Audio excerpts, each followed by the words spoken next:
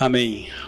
Glória a Deus. Se eu soubesse cantar, eu ia acompanhar o louvor, que eu acho muito bonito, mas como eu não sei, obrigado ao louvor. Se você quiser ficar, nos abençoar. Os irmãos podem ficar à vontade. Hoje é um dia muito especial, os irmãos podem sentar. Hoje é um dia muito especial, porque nós estamos aqui hoje para poder compartilhar a respeito da palavra de Deus. É uma honra, é um privilégio ser boca de Deus, ser instrumento para abençoar os irmãos. E a palavra de Deus ela é uma espada de dois gumes. Quando a gente se prepara, quando a gente estuda para poder ministrar, nós também somos impactados, também somos transformados por essa palavra. Serve tanto para os irmãos e principalmente para nós. Ela corta aqui primeiro. E até agora, os irmãos vieram para a igreja, deram ao Senhor seu tempo. A Marília disse que nem queria vir porque estava se sentindo mal. Nós fizemos o investimento de vir para a casa do Senhor. Contribuímos com nossos dízimos, com nossas ofertas e também demos o nosso louvor, demos o melhor. Nós demos ao Senhor, agora Deus quer nos dar. Agora é hora de nós recebermos do Senhor a sua palavra. Estamos aqui para poder sermos transformados, recebermos uma porção para que a gente possa continuar nessa caminhada, nessa fé cristã. E diante desse momento de preparação, quando o pastor fez o convite, eu quero aqui honrar a vida dele e honrar a vida de cada ministro que tem um ofício pastoral, porque é muito difícil você ter que se preparar, porque você fica pensando, o que eu vou dizer para a igreja, o que eu vou poder falar? Porque na verdade, ainda que alguém seja bom em comunicação, ainda que a pessoa tenha habilidade em falar público ou domine algum assunto, ninguém aqui está para ser comunicador. Nós estamos aqui para ser profeta, instrumento, dispenseiro, mordomo do Senhor. Nós estamos aqui para que o Senhor possa nos usar como canal. E eu quero aqui honrar a vida do pastor Leonido, porque eu sei que o tanto é difícil, ele tem que se alimentar e ainda estar sensível para poder conhecer a igreja, conhecer o que a igreja precisa e ser instrumento de Deus nessa vida. Que Deus possa abençoar e a cada ministro. E ainda bem que a gente dá valor nesses momentos quando a gente tem essas oportunidades. Meus irmãos, a palavra que eu quero falar essa noite é um tema bastante comum, bastante corriqueiro. Eu quero falar sobre frutos. Frutos. Eu sei que a igreja já é bastante instruída nesse assunto. Nós somos a Igreja da Fé, que nós temos muitos alunos que já fizeram rema. Então é um tema que é bastante comum. Mas eu tenho aprendido que a fé vem pelo ouvir, e ouvir a palavra de Deus. Cada vez que nós ouvimos mais e aprendemos mais, nós vamos crescendo, e Deus sempre tem algo novo e de novo para nossas vidas. Então, a gente não vai desprezar as pequenas palavras. De repente, num culto como esse, em que não há uma grande palavra, nenhum pastor renomado, como Abrantes, que vai vir aqui, me parece, né?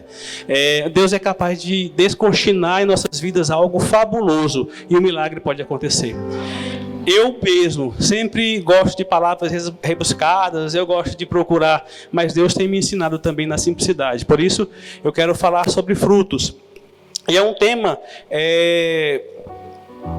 e nós aprendemos no congresso, né, que o processo ele é simples, mas o resultado é fabuloso, é extraordinário. Então eu creio que isso vai acontecer. E nesse tema de frutos, é um tema bastante rico na palavra de Deus, porque há várias aplicações, há vários aspectos na Bíblia a respeito de frutos, vários e vários. E tive até dificuldade de sintetizar, de colocar no papel, porque é muita coisa. Por exemplo, nós vimos aqui que Deus criou o céu e a terra. Deus fez todas as coisas, fez todas as plantas e colocou o fruto, né? Cada semente, cada espécie tinha lá o seu fruto. Deus criou Adão e Eva e os colocou no meio do jardim. Eles estavam no meio do jardim, que tinham domínio pleno e total, podiam fazer o que eles quisessem, comer o que eles quisessem, exceto comer da árvore, do fruto que estava na árvore do meio do jardim. Ou seja, só aí já temos duas referências a frutos. Deus disse, Deus os colocou no jardim, depois veio Abel e veio Caim, e a Bíblia diz que na primeira oferta que eles fizeram, houve também uma oferta que Caim trouxe uma oferta com os frutos da terra. E esse fruto da terra, infelizmente, não foi aceito pelo Senhor e aconteceu então o primeiro homicídio. Há várias e várias referências de fruto. Quando o povo de Deus estava no Egito, ansiando pela terra prometida, que Deus havia dito, que havia prometido, o povo foi diante daquela fuga, diante do êxodo, foi para o deserto, e no deserto, quando estavam prestes para conquistar a terra prometida, o povo estava lá, prestes de conquistar, levantaram-se então 12 tribos e escolheram os espias, sem a permissão de Deus. E aqueles homens foram até Canaã, espiaram, e depois de 40 dias regressaram, e deram o relatório, e falaram: nós vimos o fruto da terra, realmente era bom, não nos enganaram, lá é uma terra que mana leite e mel, os frutos são tão bons, que para carregar um cacho de uva precisa de 2 homens, isso é verdade, cientificamente já existe uva desse tamanho. Figos, romã, o relatório dos frutos. Então o fruto estava muito presente na vida das pessoas da antiguidade. Eles não tinham dinheiro, não tinham ouro como nós temos hoje. Era plantação e colheita, era frutos. Portanto, sempre há menção na Bíblia de fruto. No Novo Testamento também, Jesus disse: pelo fruto conhecereis. Nós temos o fruto do Espírito Santo e várias outras passagens em relação ao fruto. Eu fiz uma consulta rápida aqui pelo Strong. A palavra pare, que é a palavra fruto no hebraico, ela apareceu 107 vezes. E no Novo Testamento, a palavra karpos, que é fruto em grego, apareceu pelo menos 55 vezes. Portanto, é muito fruto, sem falar nas outras aplicações. Mas, vamos lá. Eu queria ler com os irmãos um texto que está em Jeremias, no capítulo 17, a partir do versículo 7. Aliás, a partir do versículo 5. E depois eu queria ler um outro texto, Salmo número 1. Jeremias, no capítulo 17, do versículo 5 ao versículo 8. E depois nós vamos ler o Salmo primeiro. Amém. Acho que vai estar na mídia, né? Jeremias 17, a partir do versículo 5, diz o seguinte: assim diz o Senhor: maldito o homem que confia no homem, e faz da carne o seu braço, e aparta o seu coração do Senhor. Porque será como uma tamargueira, que é um arbusto, é um deserto, é um arbusto que é muito comum na região de Israel, no meio do deserto. E não verá quando vem o bem. Antes, morará nos lugares secos do deserto, na terra salgada e inabitável. Bendito o homem que confia no Senhor, e cuja confiança é o Senhor. Porque será como a árvore plantada junto às águas, que estende as suas raízes para o ribeiro, e não receia quando vem um calor, mas a sua folha fica verde, e no ano da sequidão não se afadiga, nem deixa de dar o fruto. Salmo 1, muito conhecido da igreja, mas um salmo poderoso, que também trata do processo de frutificação. Diz o Salmo 1: bem-aventurado o homem que não anda segundo no conselho dos ímpios, não se detém no caminho dos pecadores, e nem se assenta na roda dos escarnecedores. Antes tem o seu prazer na lei do Senhor, e na sua lei medita de dia e de noite. Pois será como a árvore plantada junto ao ribeiro das águas, a qual dá o seu fruto no tempo certo. As suas folhas não cairão, e tudo quanto ele fizer prosperará. Não são assim os ímpios, mas são como a moinha que o vento espalha.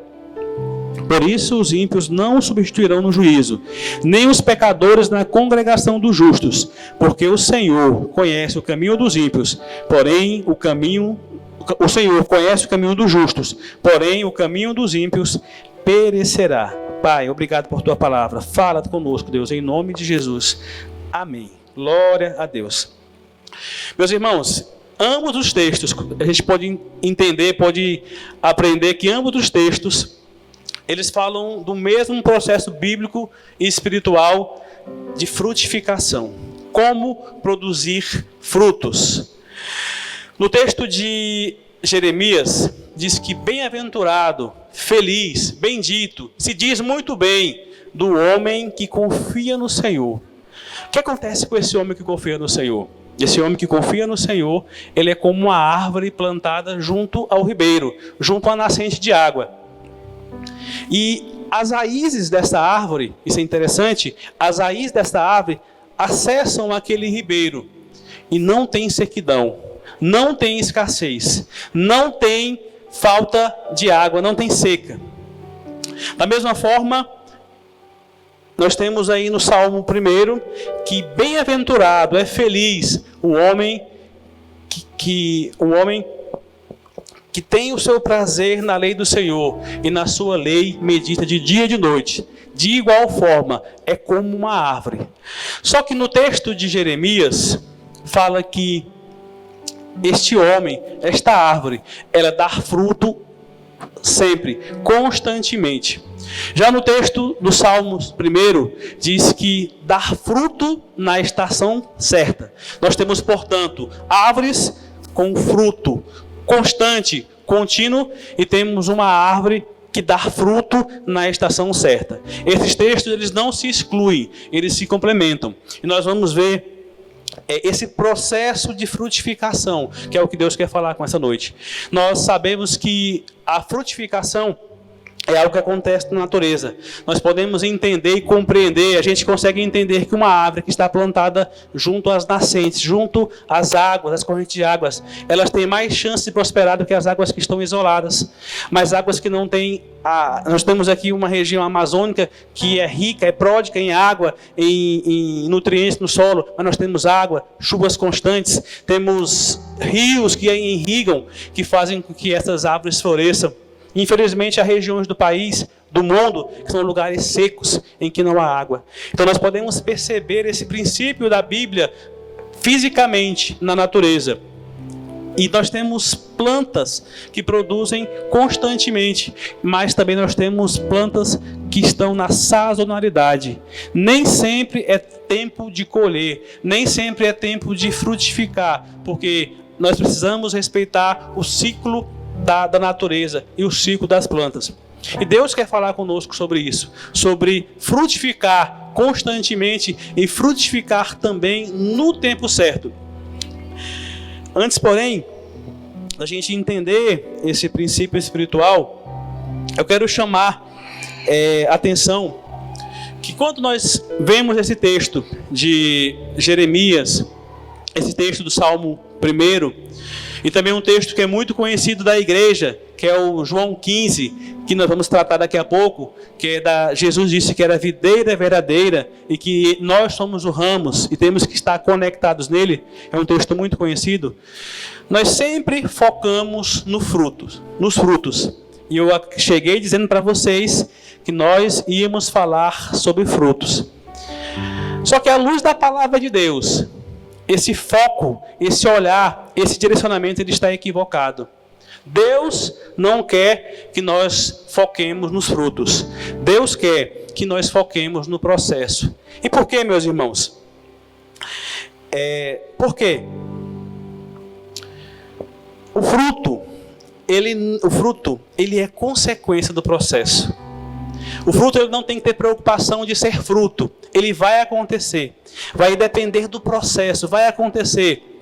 Quando nós olhamos para uma semente, a Bíblia fala que quando nós olhamos para uma semente, jogamos a semente no solo. Jesus disse que a semente, para nascer, tem que morrer. Essa semente morre, ela rompe aquela cova, vira um rebento, vira um renovo, e vai crescendo, e vai ganhando vida, vai se solidificando, vai tendo raiz. De repente, essa planta vai tendo um caule mais forte, folhas mais robustas, galhos mais robustos. Esse processo ele vai se consolidando. De repente, uma flor e depois um fruto. O fruto é a última coisa que nós percebemos, é o último passo. Da mesma forma, é assim em muitas áreas da nossa vida. É assim em relação à gravidez.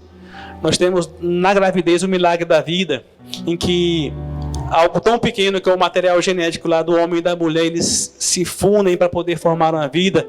O bebê é o fruto dessa gestação, mas o milagre aconteceu. Nós amamos e adoramos, achamos belo o bebê, mas houve um processo milagroso que Deus deu, que Deus fez acontecer. O bebê é especial, mas há um processo também especial. Em muitas e muitas áreas, sempre o processo é o foco. Quando nós olhamos, por exemplo, a Microsoft, a Apple, essas grandes indústrias, grandes conglomerados, eles têm produtos especiais maravilhosos, com mais tecnologias, produtos de excelência, que nós nem sequer sabemos usar todas as suas funcionalidades. Tem celular, tem aplicativos que a gente nem sabe para que funciona. A Apple, cada vez mais, quer lançar um aparelho melhor, mais moderno, mais tecnológico. Só que o sucesso da Apple, dessas empresas, não é o celular em si, embora seja o objeto central. O sucesso deles está no processo. Se eles não tiverem um baixo custo de produção, se eles não investirem num processo em que há menos retrabalho, é por isso que a gente vê a Nike trabalhando com pessoas da Bolívia, do Vietnã, para poder diminuir o custo. Não adianta a Apple ter um melhor aparelho muito caro que as pessoas não vão poder conseguir provar. Embora o produto seja o essencial, o processo também faz toda a diferença. Eu lembro que em 2008 houve uma grande crise mundial e muitas empresas passaram por dificuldade, mas uma em especial conseguiu passar com mais desenvoltura, conseguiu sofrer menos, a Toyota. E se perguntaram então por que a Toyota conseguiu esse feito de conseguir ultrapassar a crise e não sofrer tanto. E de repente percebeu que a Toyota tinha os melhores produtos e por causa do melhor processo de produção. Os carros da Toyota, pelo menos até então, eu não sei se continua assim, eles eram os carros que menos tinham recal. Quando um veículo daquele dá um defeito, não é somente no veículo, é em todos.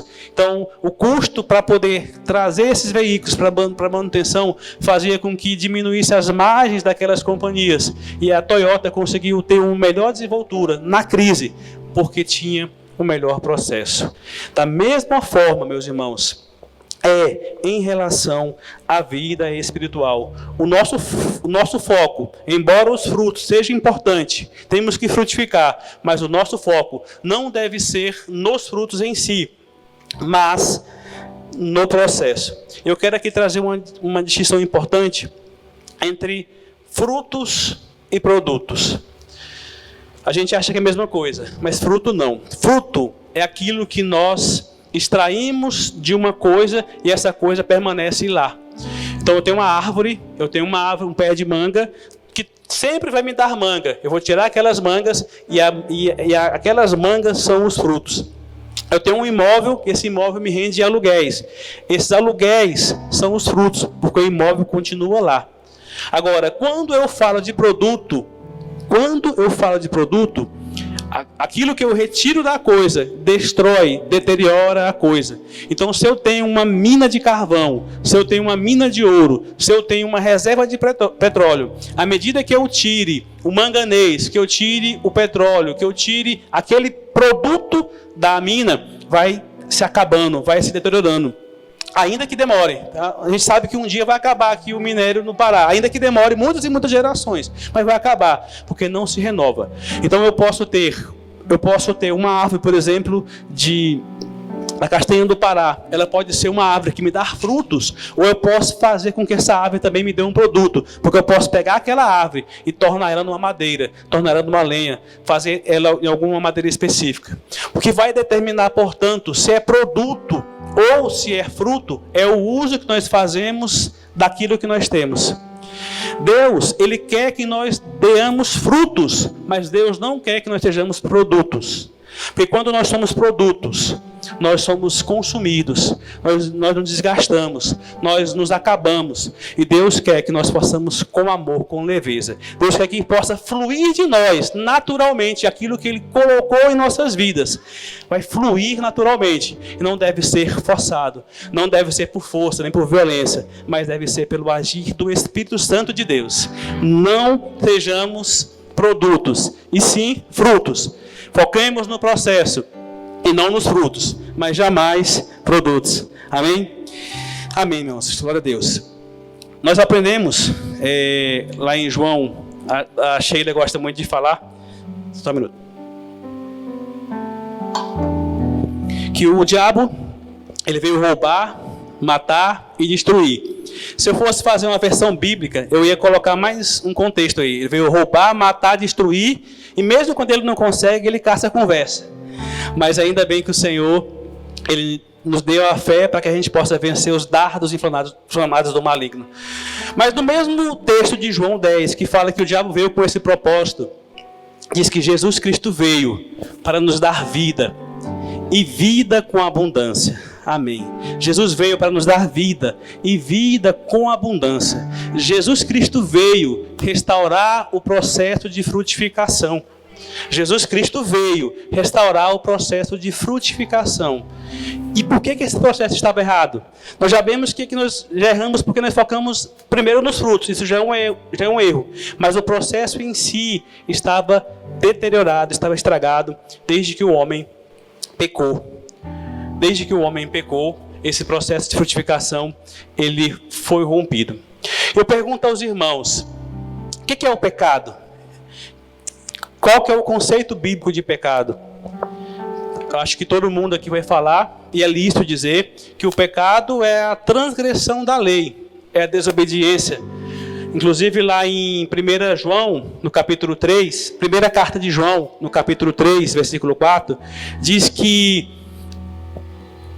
o pecado é a transgressão da lei. O pecado é a infração, é a violação. É como se fosse no direito penal.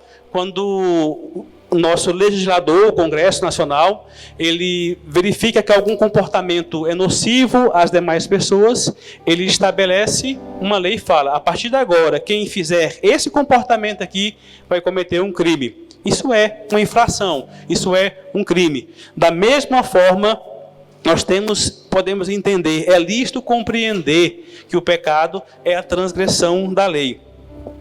No entanto, o pecado é muito mais do que isso. É muito mais sério. Porque se não fosse assim, era fácil resolver. Bastaria que Deus, mentir, roubar, adulterar é pecado, eu vou tirar da lei e aí ninguém mais comete esses delitos. É mais ou menos o que acontece no nosso direito. Existem algumas leis que não estão mais na moda e o legislador então tira essa lei de vigência e as pessoas deixam de cometer o crime. Por exemplo, adultério ainda é pecado, mas não é mais crime. Até pouco tempo atrás, quem adulterava cometia um crime penal, mas não é moralmente aceitado dentro desse padrão do mundo que esse crime venha a ser punido. Então o legislador tirou do Código Penal o crime de adultério. Na Bíblia continua, mas não é mais pecado. Se o pecado fosse apenas a desobediência, estava fácil de resolver. Bastava tirar da Bíblia que ninguém cometeria não cometeria mais o pecado. Mas o pecado é mais do que isso. Lá em Romanos 5, no versículo 3, diz que até o regime da lei, isto é, até Moisés, havia pecado no mundo, mas o pecado não era levado em conta por causa da lei. Até o regime da lei havia pecado no mundo, mas o pecado não era levado em conta, porque não havia lei. O que acontecia, meus irmãos? As pessoas pecavam contra o Senhor, não estavam inscritas em algum lugar, mas elas continuam pecando contra o Senhor. Então o pecado é muito mais do que apenas o que está escrito aqui. O pecado, ele causa a morte física e a morte espiritual. Por isso em Romanos 5,14 diz que desde Adão até Moisés, mesmo sobre aqueles que não pecaram, a semelhança de Adão, o pecado reinava no mundo. O que a Bíblia quer dizer com isso? Que mesmo sem que ninguém falasse o que era pecado, as pessoas viviam sob o jugo, sob o domínio do pecado. Mas então, meus irmãos, o que é o pecado? Qual que é a definição legal? Por que o pecado é tão sério, mais sério do que eu estou falando para vocês? É porque o pecado, na verdade, ele é a separação entre Deus e o homem. O pecado é o divórcio, é a separação. Deus nos fez para sermos seus, para sermos primícia da sua criação, para sermos o melhor que ele tinha na criação, para que tivéssemos domínio. E mais que isso, tivéssemos uma relação constante, duradoura, perfeita e harmoniosa com ele. Ele fez para que nós dependêssemos dele, frutificássemos através dele, para que nós tivéssemos uma comunhão tão íntima, tão plena. Tanto é que todos os dias, nus, sem nenhuma máscara, sem nenhuma roupagem, o homem se encontrava com Deus diariamente. Deus e o homem tinham uma relação próxima, perfeita, harmoniosa. No entanto, o pecado causou essa ruptura. O pecado é, portanto, a separação. Tem aquela música do David Keelan que fala que eu quero ser como criança, te amar pelo que é, mas às vezes eu estou cantando, né? Estou declamando. Mas eu sou levado pela vontade de crescer, tornar-me independente e deixo de simplesmente crer. O pecado é isso. É quando eu escolho ficar longe de Deus. É quando eu quero ser independente. É quando eu atinjo essa maioridade sem que haja sem que eu saiba dos efeitos que isso possa causar. E Deus nunca quis. É mais ou menos como se meu filho hoje, que tem 4, 5 anos de idade, fizesse: pai, eu quero ter minha vida. Eu ignoro toda a sua paternidade. Agora vai ser eu. Deixa comigo. Ele não tem consciência de quem ele é. Mas o pecado fez com que essa ruptura acontecesse. Mas qual que é o problema? Qual que é o problema do homem, então, se romper de Deus? Porque Deus não nos deu livre-arbítrio. Deus não nos deu liberdade para poder escolher. Acontece, meus irmãos, que quando Deus nos fez, Ele nos fez para sermos dele, para estarmos nele. Sem Deus, o homem não tem sentido. O homem fora de Deus, ele não tem nenhuma significação. E dessa forma, ele começa então a viver sem fruto. Ele não consegue frutificar. Ele não consegue produzir. Ele começa uma escalada de miséria, de putrefação. Ele começa a colocar coisas no lugar. Ele começa a ser produto. Ele começa a se consumir. Ele começa a ser consumido pelo diabo. Porque sem Deus, infelizmente, ele está à mercê da sua própria sorte. E Deus, Ele não quer isso para nós. Nós vemos, por exemplo, lá quando Eva comeu aquele fruto, que Deus falou assim para o casal: vocês podem comer o que vocês quiserem, exceto da árvore que está no meio do jardim. Diz a Bíblia que se eles comessem, eles iam morrer. Quando Eva comeu, ela deve ter pensado, a semente falou: Deus está mentindo, porque você não vai morrer, você vai ter os olhos abertos, você vai ter o conhecimento amplo e restrito. Eva comeu e não morreu. Ela deve ter pensado: meu Deus, eu não morri. Então ficou pensando, o seu testemunho pessoal, ela foi até Adão: Adão, pode comer, a gente não morre. Deus falou que ia morrer, mas ele não estava certo. Eu não morri, estou viva. Continua aqui, estou contando para você que eu não morri, pode comer. E Eva então deu aquele fruto para Adão, e Adão comeu também, e eles não morreram instantaneamente. Mas a Bíblia fala que quando eles comeram, imediatamente abriram-se os olhos. E o que significa então abrir os olhos? O que significa essa afirmação no contexto bíblico? Qual que é o significado? Se eles não morreram como Deus havia prometido. Primeiro, Deus falou que eles iam morrer, mas não falou que a morte ia ser imediata. Mas houve sim a morte física. E abrir os olhos significa essa independência. Significa que eles começaram agora então a gerar, a guiar suas próprias vidas. Ficaram desprendidos de Deus. E eles acharam que longe de Deus poderiam ir mais adiante. É mais ou menos quando a gente tira um ventilador da tomada. Ele está ligando, está funcionando. Você retira da tomada. E aquele ventilador continua a girar por alguns minutos, porque há uma energia residual. Mas logo, logo vai parar. Se você arrancar uma árvore, um galho de uma árvore verde, frondosa, esse galho bonito, por mais que ele seja, em algum momento ele vai ficar seco, ele vai murchar, porque sem Deus, o homem, ele não consegue frutificar. E é nesse contexto, graças a Deus, que Jesus Cristo veio para restaurar esse processo. Veio para que nós tivéssemos vida e a tivéssemos com abundância. E hoje, a partir de Cristo, nós conseguimos entender o processo de frutificação. Paulo diz em Romanos 5, no versículo 10, que Deus nos reconciliou. Nós éramos inimigos de Deus, mas Deus nos reconciliou. E hoje, reconciliados, nós podemos ler o que vamos fazer agora, João 15, e podemos entender esse processo de frutificação. Eu queria que os irmãos abrissem comigo, por favor, em João, no capítulo 15, a partir do versículo 1.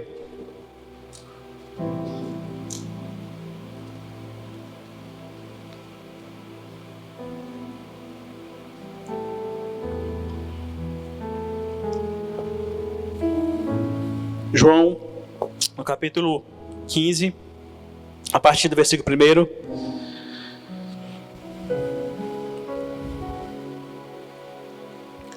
Amém? Diz o texto: Jesus falando: Eu sou a videira verdadeira, e o meu pai é o agricultor, meu pai é o lavrador. Todo ramo ou toda vara, depende da versão, toda vara em mim que não dá fruto, meu pai a tira e a limpa. E toda aquela que dá fruto, para que dê mais fruto. Vós já estáis limpos pela palavra que eu vos tenho falado. Estai em mim e eu em vós. Como a vara de si mesma não pode dar frutos se não estiver na videira, assim também vós, se não estiverdes em mim. Eu sou a videira, vós as varas. Quem está em mim e eu nele, esse dá muito fruto, porque sem mim nada podeis fazer. Se alguém não estiver em mim, será lançado fora como a vara e secará. E os colhem e lançam no fogo e ardem. Se vós estiverdes em mim, e as minhas palavras estiverdes em vós, pedireis tudo o que quiserdes, e vos será feito. Nisto é glorificado meu Pai, que deis muito fruto, e assim sereis meus discípulos. Amém. Glórias a Deus. Quando nós lemos esse texto, versículo 2 principalmente, diz que toda árvore que não dá fruto é cortada e lançada fora. Então nós pensamos, espera aí, eu tenho que produzir de qualquer forma, de qualquer jeito, não importa, eu tenho que fazer algo. Mas não é esse a tônica, não é esse a ênfase desse texto. Jesus, ele diz: eu sou a videira, e você, nós somos o ramo.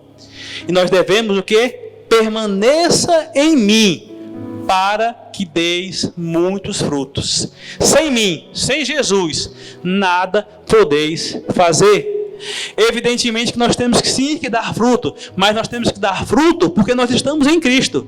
Sem Cristo, nós não vamos produzir nada de frutificação. Cristo, portanto, é a ênfase, a videira, a permanência, não os frutos em si. Amém? Nosso trabalho, portanto, meus irmãos, é estar ligados no Senhor. Infelizmente, nós vivemos em tempos que nós temos que dar muitos frutos. Sermos bons pais, bons filhos, bons maridos, bons cristãos, bons empresários.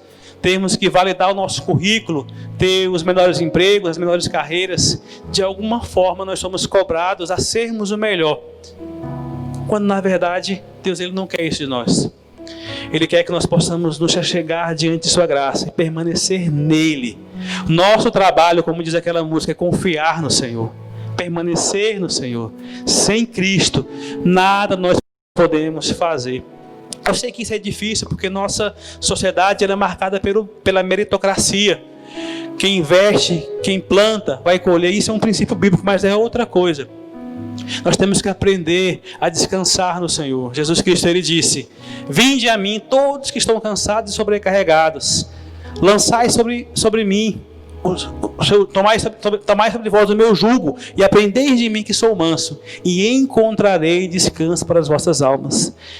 Essa é a lógica do cristianismo: descansar, estar no Senhor. Não depende de nós, não depende do que nós fazemos. A salvação, a fé, todo o nosso processo de justificação, ele é um dom imerecido, uma graça do Senhor. Não depende de nós. Eu sei que isso é difícil de entender, principalmente para nós que somos capitalistas, para a nossa sociedade, para a nossa cultura. Nós que somos influenciados pelos americanos, que têm um sonho americano, quem correr atrás vai conseguir.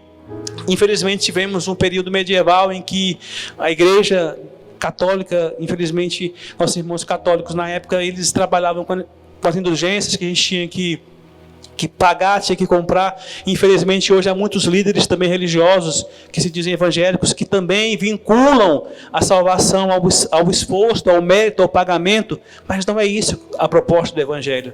Jesus Cristo veio para nós de forma gratuita, de forma amorosa. É uma expressão máxima do amor. E nós temos então que aprender a confiar e a descansar no Senhor. E essa palavra serve para mim.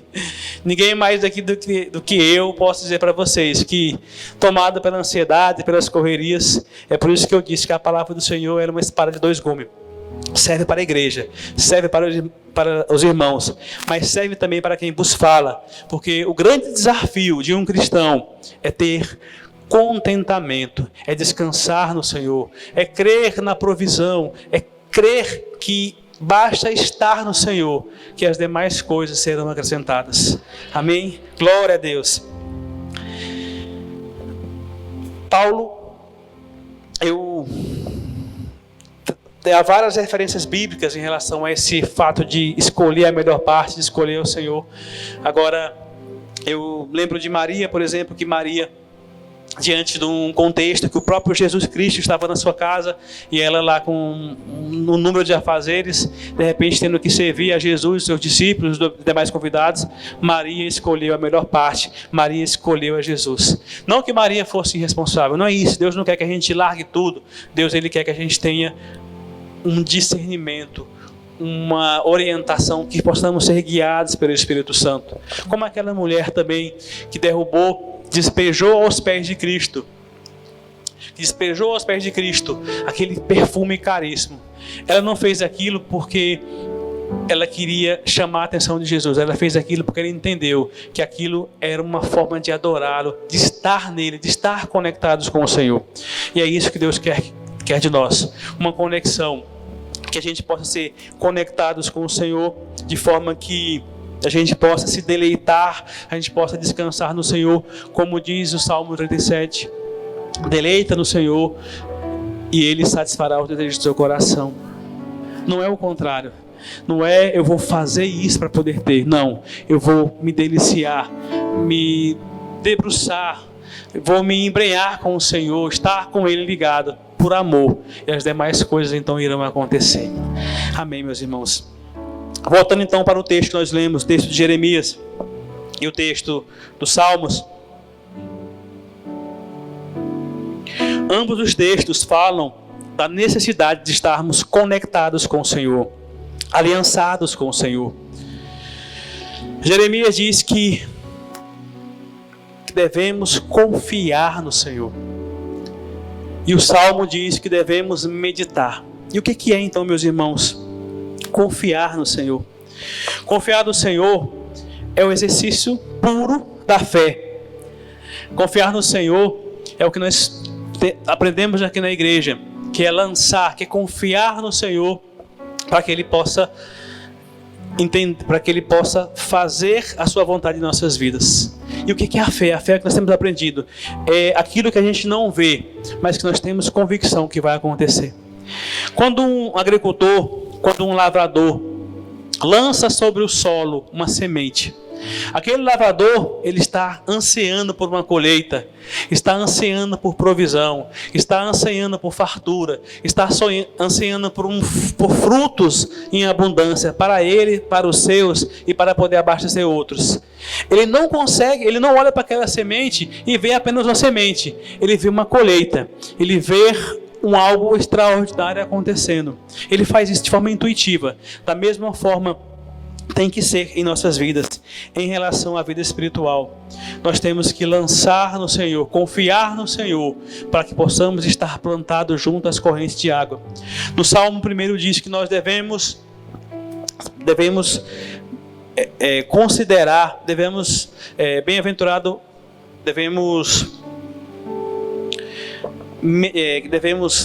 meditar na lei do Senhor.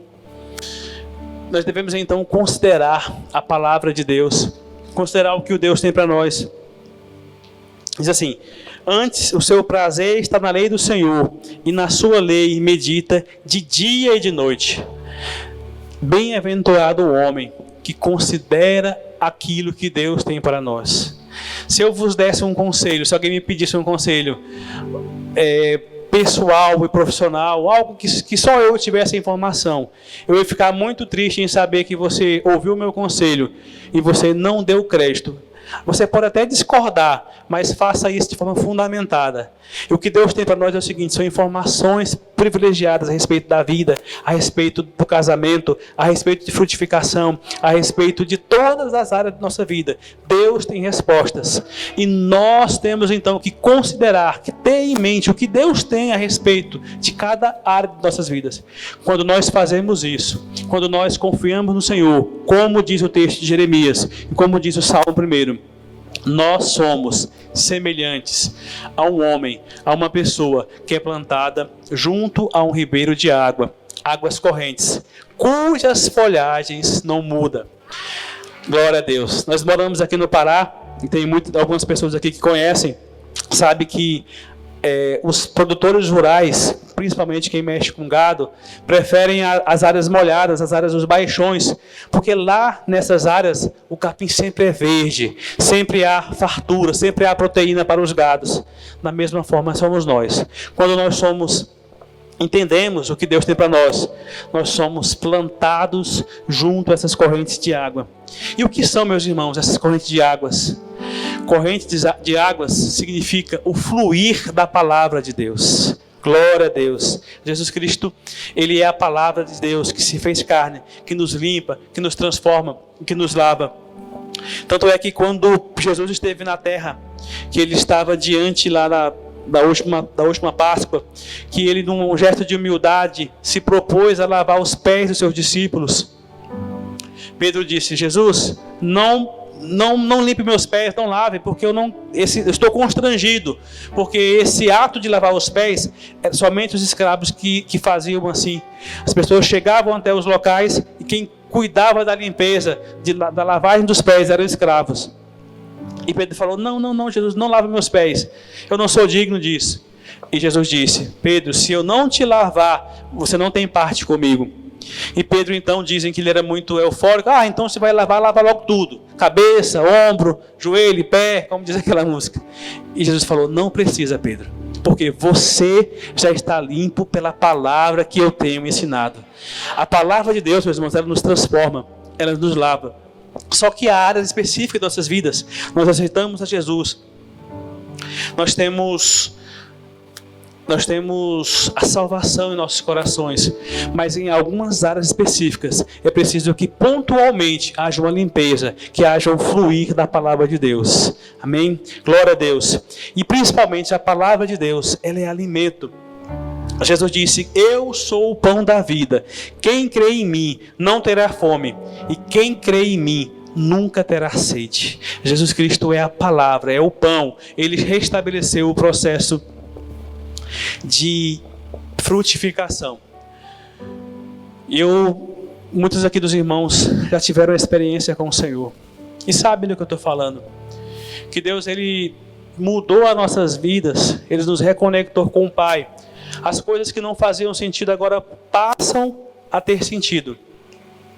Agora a gente consegue entender quem nós somos, conseguimos entender que nós somos um povo escolhido de Deus, nação santa, sacerdócio real, somos abençoados, já somos abençoados, que é um estado, é uma condição que Deus nos deu. Não porque nós estamos melhores do que os outros, não, porque Deus disse que nós somos. É uma afirmação em relação à qualidade que nós passamos a ser. Nós passamos a ser enxertados na videira, e agora nós podemos frutificar. Mas o Salmo 1, ele diz que bem-aventurado o homem que não se detém no conselho dos ímpios, não se assenta na roda dos escarnecedores, antes tem o seu prazer da lei do Senhor. Significa que, embora nós estejamos conectados à videira, constantemente nós estamos envoltos numa sociedade, um mundo que jaz do maligno, podemos ser contaminados, nossa essência continua na videira, nós podemos ser contaminados. E pontualmente precisamos que a palavra de Deus possa nos alimentar. Eis, portanto, a necessidade de estarmos conectados na ribeira, nas correntes de água, para que constantemente a gente possa estar produzindo. Essa corrente, esse fluir da palavra de Deus, faz com que a gente possa estar alicerçados no Senhor, e o nosso coração vai transformado. E aquilo que aparentemente está saindo na direção, Deus restaura e coloca no lugar. Portanto, temos que estar conectados no Senhor. A Bíblia fala em Jeremias que quem entende o processo de frutificação, que permanece no Senhor, dá fruto constantemente. Todos os irmãos que estão em Cristo, estão conectados no Senhor, creiam, vão frutificar. Deus, Ele abomina, Ele odeia a esterilidade. Nós não somos estéreis, nós somos frutíferos. Amém. Todavia, nós temos que entender a sazonalidade. Não existe nenhum fruto que dá o ano todo. É preciso respeitar as estações. E muitas vezes nós nos cobramos para que esses frutos aconteçam sempre. Agora a gente está em casa, está reinando o período das mangas. Até pouco tempo atrás era o período das mexericas, que já passou. Eu fui comer uma mexerica semana passada e não tinha o mesmo gosto. Ela estava fora do tempo. Ela tinha passado. Não é o tempo certo. Quando nós queremos dar frutos na estação errada, há uma quebra de princípio, há uma quebra de proposta. E Deus nos fez para frutificar, mas essa frutificação precisa respeitar as estações. Muitos dos irmãos aqui querem frutos e vão ter frutos, sabe por quê? Não por força, nem por violência, mas porque vocês estão conectados no Senhor. Mas vai ser no tempo certo, meus irmãos. É chegado esse tempo. Deus, Ele tem uma nova estação a cada dia. E a palavra do Senhor, o fluir da palavra de Deus, ela vem como um renovo. Vem cessando esse deserto, essa sequidão. E Deus vai estabelecendo frutos. Porque Deus, Ele quer que nós tenhamos o melhor dessa terra, mas nele. Então, vamos mudar essa mentalidade de que sempre temos que produzir. Primeiro, que nós temos que frutificar no Senhor. Salomão disse que há tempo para todo o propósito debaixo da terra. Tempo de plantar, tempo de colher, tempo de frutificar. E esse tempo é chegado na igreja. E Deus, Ele tem algo novo para essa igreja, para os irmãos. E nós temos tão somente que fazer como Jeremias disse: frutificar, estar no Senhor. Estamos limpos pela palavra que o Senhor tem pregado. Mateus 7:20 diz que... Mateus 7:20 é um texto também muito conhecido pelos irmãos. Ele fala que pelo fruto conhecereis. Eu até vi essa publicação, acho que numa rede social de algum irmão aqui da igreja. Mateus 7:20 diz que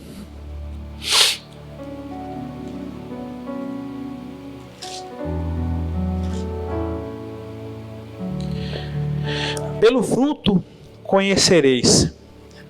Interessante que o fruto, ele denuncia quem é a pessoa. Pelo fruto você sabe com quem você está lidando. Com o fruto você sabe com quem você pode tratar. Diz a Bíblia que conhecereis a diferença entre o justo e o ímpio, entre quem serve a Deus e quem não serve. Só que o sentido desse texto não é no sentido de que a gente possa denunciar quem não frutifica, até porque eu disse para os irmãos que o fruto, ele não se presta ele não deve ser objeto da nossa preocupação, e sim o processo. Nosso processo tem que ser o Senhor. O fruto é mera consequência. Mas o fruto, ele retrata quem nós somos em Deus. O fruto, ele retrata a qualidade da árvore. E Jesus Cristo é a videira. Então nós temos então que frutificar. Só que nós não podemos julgar os frutos em razão da sazonalidade. Quem conhece, quem julga os corações é o Senhor. Muitas vezes, muitas pessoas aqui, a gente aceita Jesus e a gente pensa que a transformação é instantânea, que ela vai acontecer de pronto. E não é assim, meus irmãos. O processo, ele vai acontecer. Existem áreas das nossas vidas que o Senhor vai trabalhar, que Ele vai edificar, que Ele vai trazer uma palavra, que o rio, que o fluir da palavra de Deus vai acontecer. E Deus vai restaurar. Então não devemos ter essa preocupação pelo fruto. Glória a Deus. Eu queria que os irmãos ficassem de pé.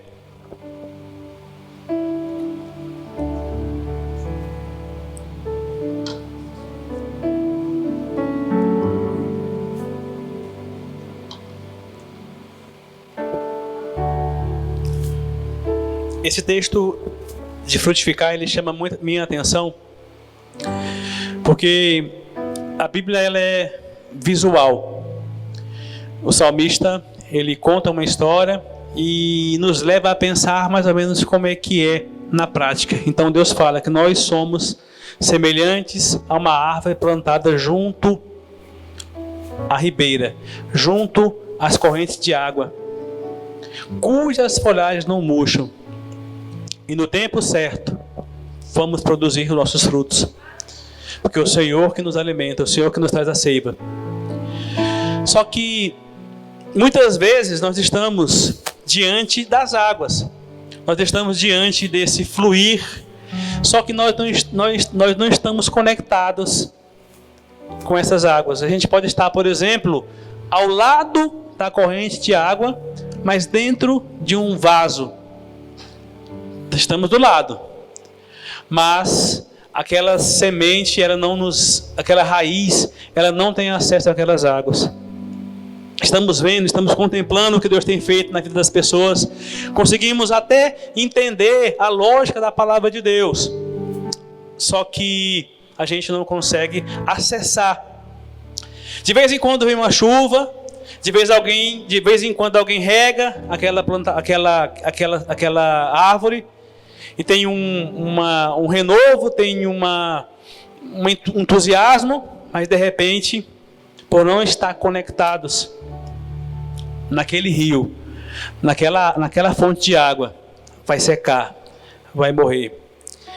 Eu sei, essa noite, que o Senhor, Ele quer que todos nós aqui possamos frutificar. Nós vamos frutificar, em nome de Jesus. Jesus disse: não fostes vós que escolhestes a mim, mas eu que escolhi a vós, para que possam ir e dar muitos frutos. Nós fomos chamados para produzir, para frutificar. O problema é que nós focamos nos frutos, quando deveríamos focar em Jesus, que é a videira. E eu sei que alguns irmãos podem ter alguma área das vidas que de repente tem entendido que esse fluir do Senhor não tem sido alcançado pela palavra de Deus. Eu quero orar pelos irmãos essa noite. Quero que vocês mentalizem, pensem no seu coração qual área que precisa ser tocada por essa corrente de água. Que área da vida precisa de um fluir do Senhor? Eu sei que o Senhor vai fazer florescer, vai fazer frutificar. E a partir de hoje, algo extraordinário vai acontecer na vida dos irmãos. Algum daqui dos presentes que ainda não disse sim para Jesus, que ainda não falou: Deus, Jesus, eu quero te seguir.